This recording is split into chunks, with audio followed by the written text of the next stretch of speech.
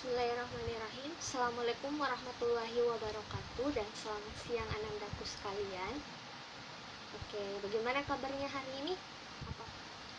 Alhamdulillah baik. Oke. Sebelum kita mulai pembelajaran pada hari ini, alangkah baiknya kita terlebih dahulu berdoa sebelum memulai pembelajaran. Menurut keyakinan kita masing-masing, doa dimulai.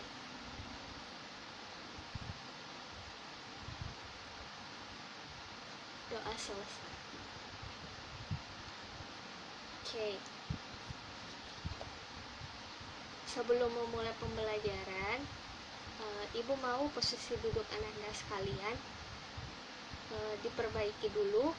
Apabila ada yang masih kosong di depan, boleh diisi di depan. Dan apabila Anda melihat sampah di sekeliling Anda, baik dekat meja atau dekat kursi, mohon dipungut. Nanti setelah pembelajaran selesai, baru sampahnya bisa dibuang. Dan yang ada di atas meja hanya perlengkapan pembelajaran kita pada hari ini, yaitu ada buku cetak dan buku tulis dan pulpen dan alat-alat tulis yang lainnya. Mungkin Ananda bisa duduk di bagian depan, isi bagian depan dulu supaya bisa fokus untuk belajar. Oke, sudah selesai semua duduknya. Oke. Selanjutnya Ibu akan mengabsensi, menanyakan siapa-siapa siswa yang tidak hadir dan yang hadir. Mohon didengarkan namanya, ya. Surya Anessa Sari Muslimin, Fadilatus Sa'adah, Andi Syafira Sari Pertiwi, Karmila S, Harnawati Musdar, Maulvi Maulida Haming, Sialsi Irianto, Iga Nurul Baiti, dan Ahsanul Rijal. Ahsanul Rijal ada? Oh, dia sakit ya? Suratnya ada? Ada di atas meja. Oh, ini suratnya. Oke, Ibu lihat dulu ya. Dia sakit ya? Oke. Dari anandaku sekalian, apa ada yang tahu tumbuhan apa ini? Ya, saya persilahkan Ananda Maulvi. Ya, betul sekali ya. Ya, ini merupakan tumbuhan lumut atau biasa disebut juga bryophyta atau tumbuhan non-vaskular. Ini memiliki rizoid yang menyerupai akar dan mempunyai juga gametofit dan sporofit. Nah, itu baru ciri-ciri dasar yang Ibu jelaskan. Masih ada ciri-ciri khusus mengenai tumbuhan lumut yang akan kita bahas lebih lanjut. Karena sudah tahu ini adalah tumbuhan lumut, apa ada yang tahu habitat atau tempat tumbuhnya tumbuhan lumut tersebut? Di mana biasa tumbuh? Ibu akan berikan waktu 2 menit untuk mendiskusikan jawaban dari pertanyaan tersebut.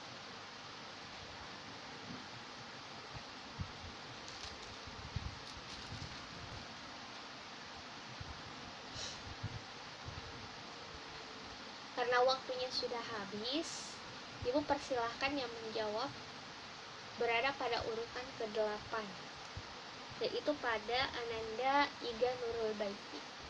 Ya, saya persilahkan kepada Iga Nurul Baiti untuk menjawab.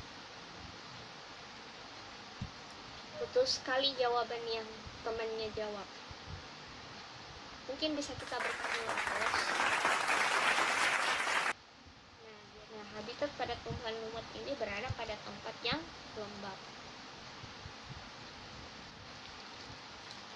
Dimana sering kita temui juga, sering kita lihat, biasa ada tumbuh pada dinding, ada di atas genteng, di batu-batuan, dan atau di tanah yang teduh dan lembab.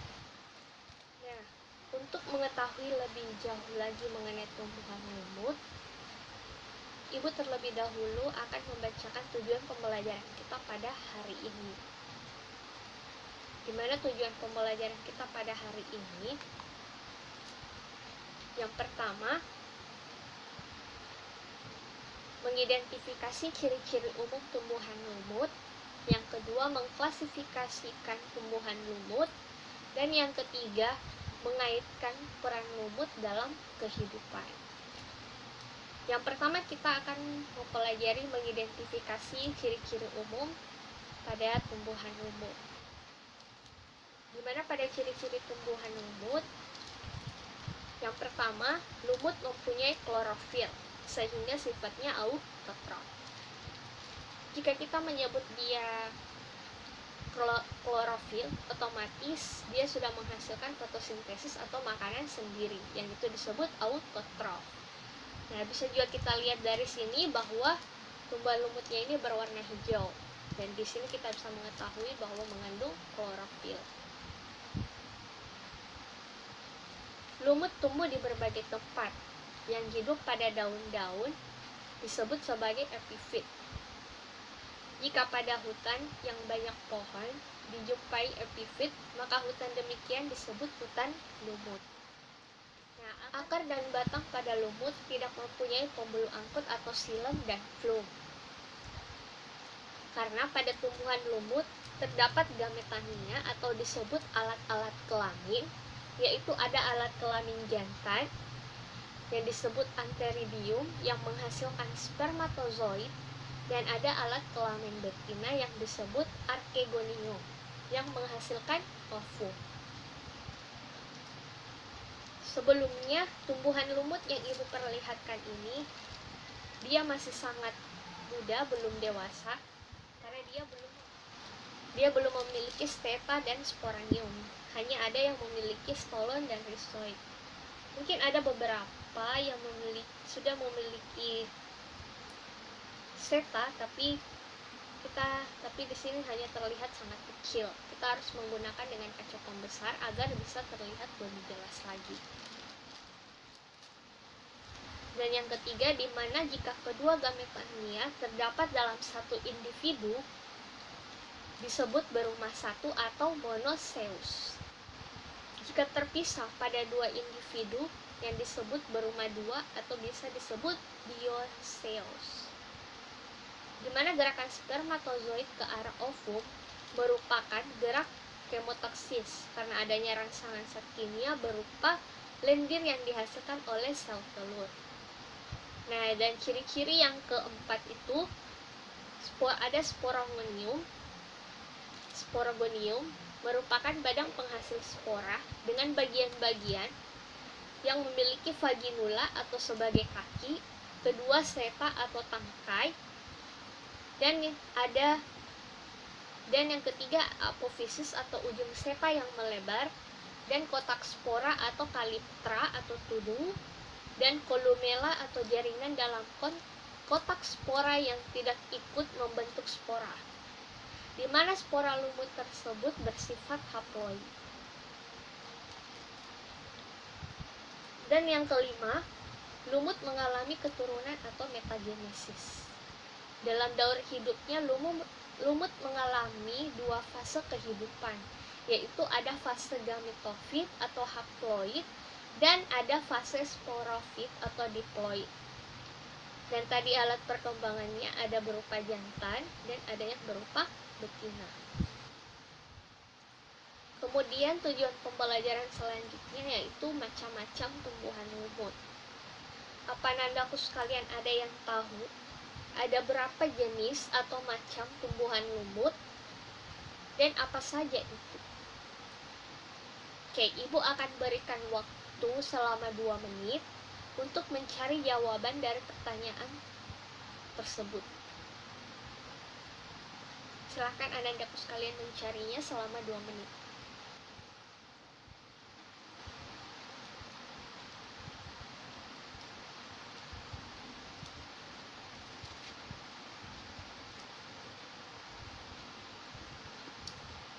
Apa ada yang sudah mendapat jawabannya? Ya, saya persilakan kepada Ananda Karmila untuk menjawab. Oke, jawaban dari Karmila hampir mendekati benar. Jadi apa ada yang bisa membantu untuk membenarkan jawaban dari Ananda Karmila? Ya, saya persilakan kepada Ananda Ernawati. Benar sekali ya jawaban dari Ernawati. Mari kita berikan pengakuan terlebih dahulu. Nah, jadi jenis-jenis atau macam-macam pada tumbuhan lumut itu ada 3. Yang pertama ada tumbuhan lumut daun, dan yang kedua ada tumbuhan lumut hati, dan yang ketiga ada tumbuhan lumut tanduk. Nah, yang pertama kita akan membahas terlebih dahulu tumbuhan lumut daun. Yang pertama tumbuhan lumut daun yang gambarnya seperti gambar tersebut. Ini merupakan lumut daun, di mana pada lumut daun biasa juga kita sebut dengan musci. Dan lumut daun ini dapat tumbuh di atas tanah-tanah gundul yang periodik mengalami masa kekeringan. Bahkan di atas pasir yang bergerak pun dapat tumbuh. Selanjutnya, lumut-lumut ini dapat kita jumpai juga di antara rumput-rumput, di atas batu-batu, pada batang dan cabang-cabang pohon, serta bisa juga kita jumpai di rawa-rawa. Tetapi jarang sekali kita mendapatkan lumut daun pada air, di dalam air atau seperti kolam, di mana susunan lumut daun pada substrat dengan menggunakan rhizoid.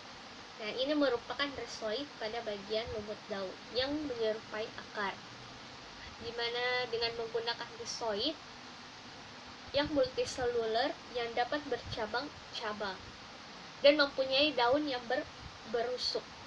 Seperti ini, Anda sekalian bisa melihatnya.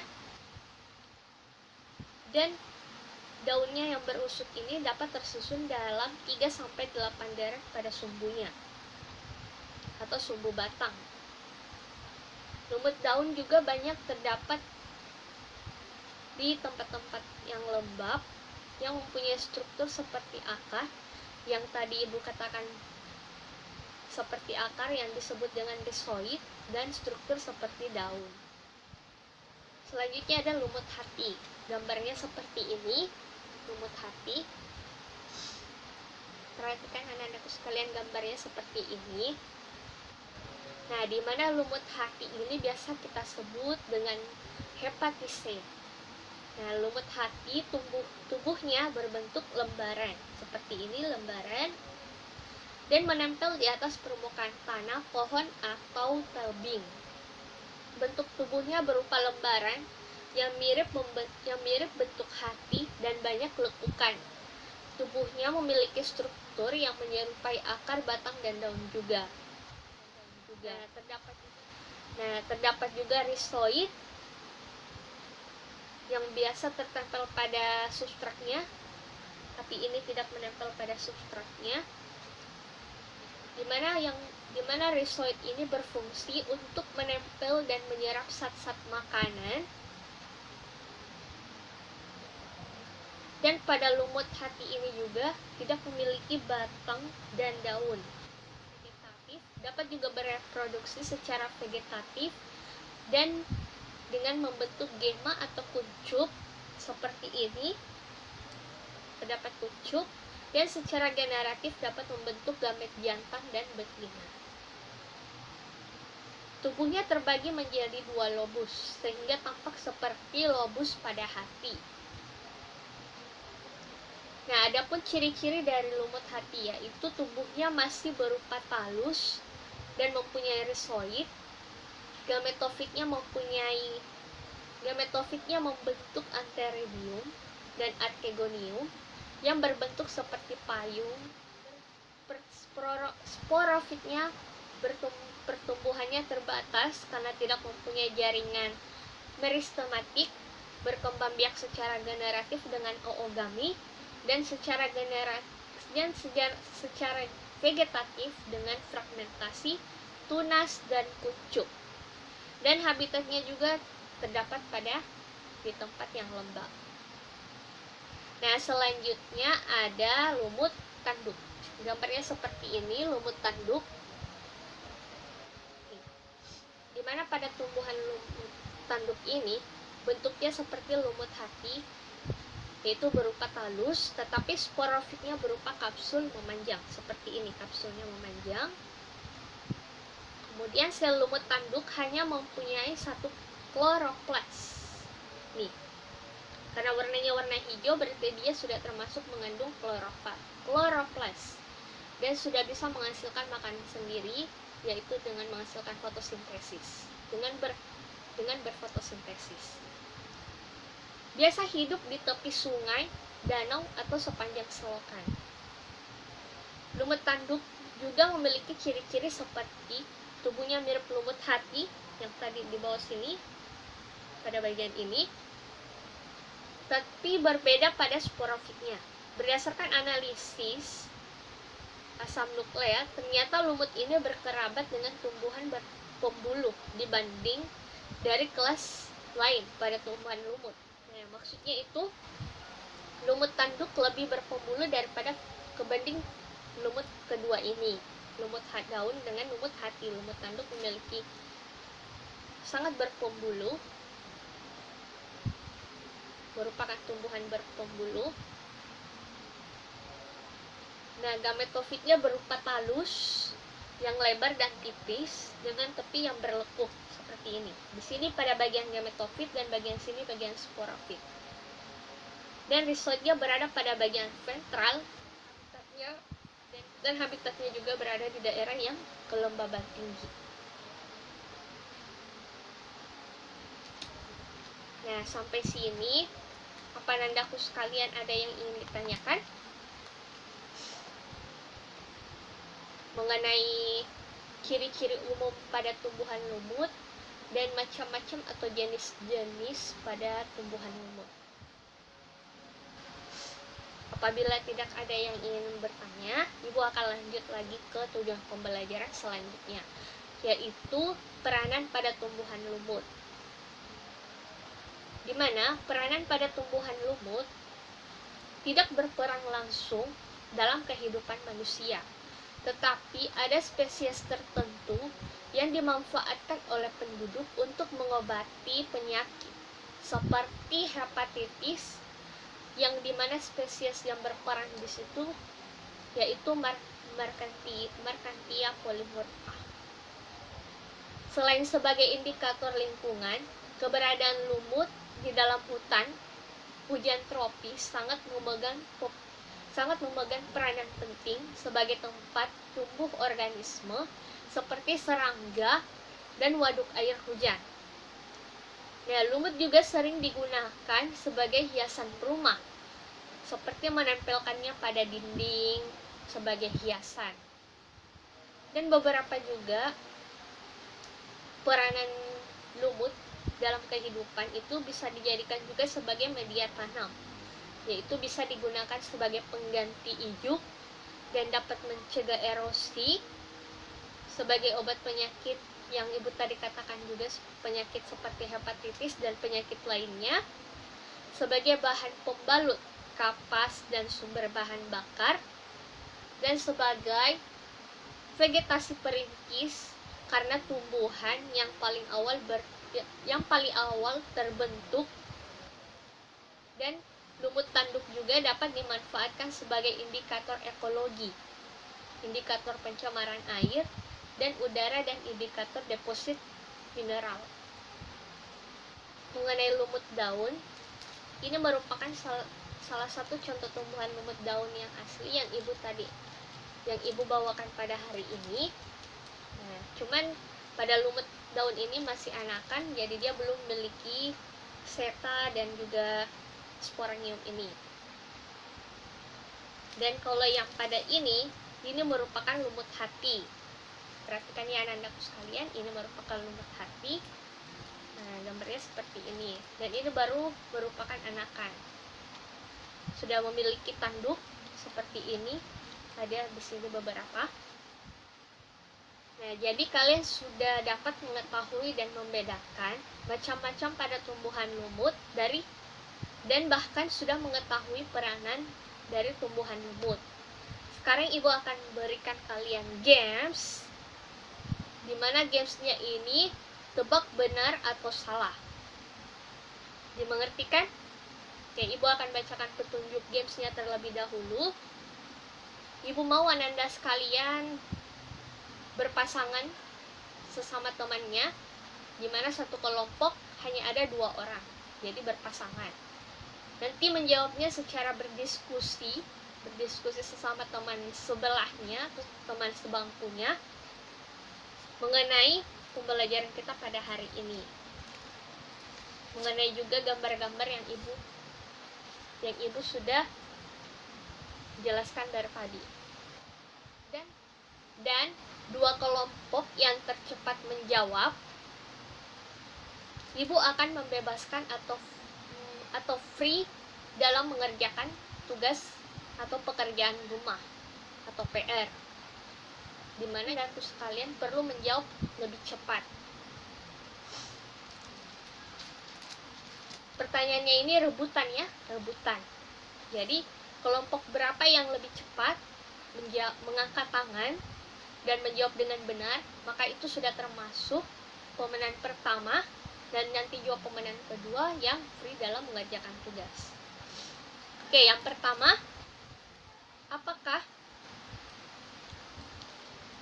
apakah tumbuhan lumut yang ibu pegang ini sudah sesuai atau sudah benar atau salah bahwa tumbuhan lumut yang ini merupakan tumbuhan lumut hati? Apa sudah benar atau salah? Ibu hitung dalam waktu 3 detik, kalian langsung mengangkat tangan. 1, 2, 3. Oke, saya persilakan kelompok 2.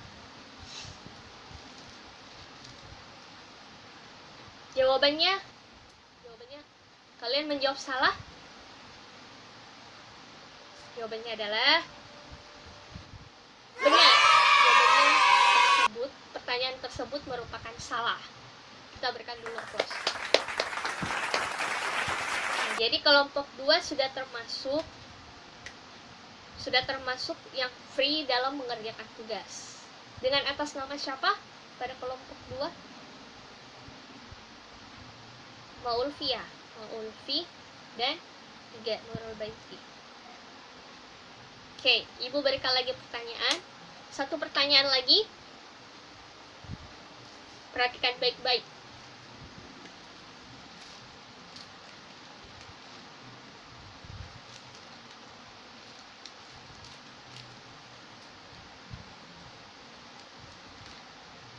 Apakah tumbuhan ini sudah cocok merupakan tumbuhan lumut daun atau salah? 1, 2, 3. Ya, kelompok 4, saya persilakan. Kalian menjawab benar bahwa tumbuhan tersebut merupakan tumbuhan lumut daun. Jawabannya dikunci. Oke, jawabannya adalah benar bahwa tumbuhan lumut ini merupakan tumbuhan lumut daun. Jadi sudah ada 2 pemenang kelompok yang akan bebas atau free dalam mengerjakan tugas atau PR. Pada kelompok 4 namanya siapa? Karmila dan Karnawati. Oke. Nah, maka jadi keempat nama tersebut akan bebas dalam mengerjakan tugas, yaitu ada Maulfi, 3 Nurul Baiti, Karmila, dan Ernawati. Nah, karena gamesnya sudah berakhir,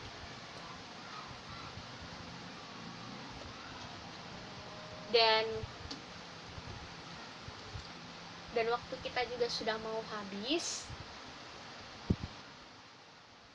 Bu akan menutup pembelajaran kita pada hari ini. Tapi sebelum itu, apakah Anandaku sekalian masih ada yang kurang dipahami lagi mengenai pembelajaran kita pada hari ini? Yaitu ada ciri-ciri umum tumbuhan lumut, ada macam-macam tumbuhan lumut dan peranannya dalam kehidupan.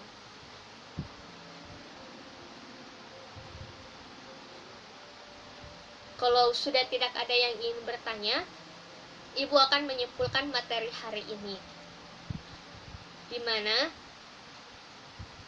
dapat disimpulkan bahwa lumut merupakan kelompok tumbuhan kecil yang tumbuh menempel pada berbagai jenis substrat.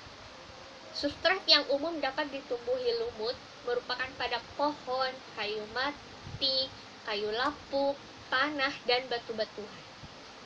Nah, faktor lingkungan yang mempengaruhi kehidupannya seperti ada suhu, kelembaban, dan cahaya.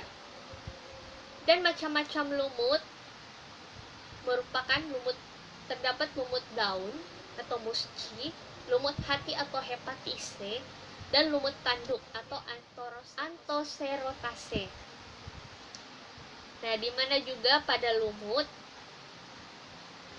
memiliki manfaat sebagai media tanaman. Nah, manfaatnya itu juga ada vegetasi perintis, penahan erosi dan banjir, penyedia air pada musim kemarau, dan sebagai obat hepatitis atau radang hati, dan bisa juga sebagai pembalut atau kapas.